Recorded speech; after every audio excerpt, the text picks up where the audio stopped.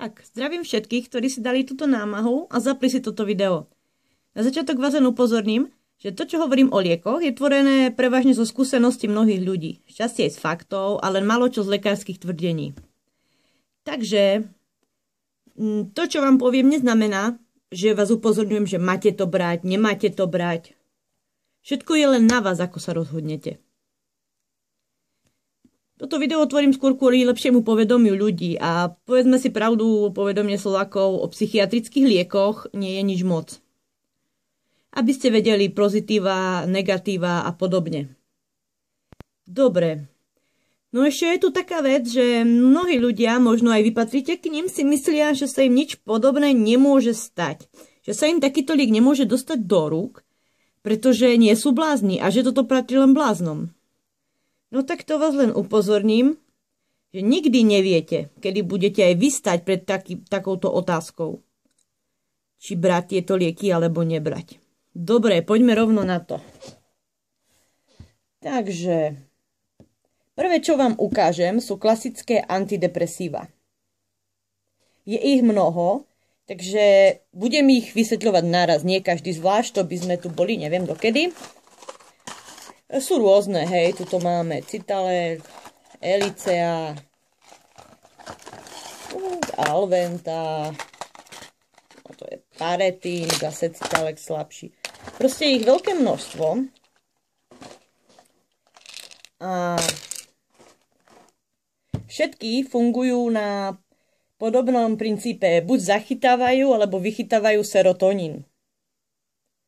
Hormón, ktorý má podľa všetkého má ovplyvňovať našu náladu a pocity. Ovšem, či je to naozaj tak, nie sú žiadne priame dôkazy. Niektorí tvrdia, že im určitý liek pomáha, že im počase začal pomáhať, ale viac je tých, ktorí tvrdia, že vôbec. No a prvé 2 týždne je časté, že sa vám váš stav zhorší. Niekedy aj mesiac to trvá. A potom buď sa zlepší, alebo sa nestane nič, alebo bude stále zle a vymenia vám za nový liek. Ono to je trošku ako s tými psychiatrickými liekami, ako na skúšobných králikoch na ľuďoch. No ale žiaľ, je to tak. Dobre, ideme k ďalším liekom. Ďalšie. No ešte vám niečo poviem. Sorry k antidepresívam. Určite vám bolo povedané, že sú nenávykové. Ovšem, skúste sa opýtať niekoho, kto ich roky bral a naraz prestal, alebo aj postupne prestal. No je to horor. A často potom tieto lieky berú ľudia celý život. No. OK, ideme na lieky na spanie, to znamená hypnotika a podobne. Konkrétne ja vám ukážem lieky s účinnou látkou zolpidem. Je ich veľké množstvo, tu mám napríklad Sanval. Tu je Zolpidem Milan a mnoho ďalších. Pomáhajú najmä, keď má človek problém zaspať. Tieto Zolpidem konkrétne. Ak sa v noci budí, tak to už veľmi neovplyvňuje. No po nejakom čase je ale vysoké percento závislosti. Odporúčam brať len krátkodobo, nie celý, proste nie dlho, lebo tá závislosť je veľmi vysoká a tiež poznám ľudí, ktorí to potom začali brať cez deň, v žiadnom prípade neodporúčam. Ono, niekedy, keď si po nich hneď neľahnete, tak môžu mať úplne iné účinky. Napríklad veselosť, môžete dostať nejaké kreatívne nápady, ale je to všetko také individuálne. Ale samozrejme na toto pozor. OK. Čo tu máme ďalej? Prometazín. Tu je konkrétne napísané protazín, ale ja sa riadím skôr tým prometazínum chlorid, čo je účinná látka. Je to liek, ktorý uvoľňuje človeka. Človek je potom ale aj dosť rýchlo unavený, čiže ho predpisuje aj na spánok. A ráno je potom, verte mi, problém zobudiť sa. Takže no zaujímavé je, že ho predpisujú aj na kašel a proti zvracaniu a dokonca aj malým deťom, ale ak viete, tak tento protazín sa predpisuje aj ako droga, hlavne s kodeínom. Takže ja by som z toho dala trošku ruky preč, no ale aj toto sa vám môže dostať do rúk. OK. No. Podobne účinkuje na človeka aj chlorprotixen. Ten tu nemám. Chlorprotixen unaví ešte skôr. By som povedala, že človek dokáže po ňom prespať kľudne aj 16 hodín alebo 24. Tiež je to individuálne, ale je to masakera. Človek je v kuse proste akoby mechom udretý. Radí ten chlorprotixen predpisuje aj v psychiatrických liečebniach. Tam sa tomu nevyhnete. Je to také malé ružové, niekto to volá aj mini ibalgin. To vyzerá len, hej, nie, že by to tak účinkovalo. OK. No, ideme na také ľahšie lieky. Tie dve boli dosť ťažké. Ako napríklad Atarax. Atarax, hydrochloridium chlorid, sorry, na niekoho nemá žiadne účinky, ale niektorí ľudia ste z neho dosť ospali. Je to, no tvrdí sa, že nie sú návykové. A čo viem, tak ani moc nie sú, ale podľa mňa to bude aj tým, že ani moc neúčinkujú, takže hej, keď necítite nič, no prečo by ste mali nutnosť ich brať? Ale nie je problém ich vysadiť, nie sú žiadne abstinenčné príznaky, je to vlastne liek novej generácie. Dosť podobný liek, zohňam krabičku a mám tu rovno, že môžem vám ukázať tabletku.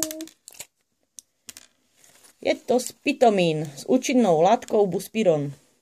Tento by som podala aj ešte viac light a ešte menej po ňom cítiť niečo, teda prakticky po ňom necítiť skoro nikto, vôbec nič. Ako však, keď ho chcete, no skúste ho brať, čak ako jasné, no, vravím, účinok mizerný a na závislosť ale taktiež žiadna, takže čo už. Dobre, prejdeme na niečo, čomu sa budeme možno trošku dlhšie venovať. A to sú benzodiazepíny. Počuli ste už o nich? Nemám tu teraz žiaden, ale medzi benzodiazepíny patrí napríklad Xanax, Helex, Neurol, Frontin, Lexaurin, Oxazepam, Rivotril. Sú to rôzne účinné látky, to tiež nebudem všetky menovať, Alpazopam, Clonazepam, Noxazepam. A tieto látky vznikli z klasického diazepanu, vlastne odvodení z toho, nejaké molekuly sa tam pridali a tieto pôsobia na receptory gamma, ktoré si mozog prirodzene tvorí.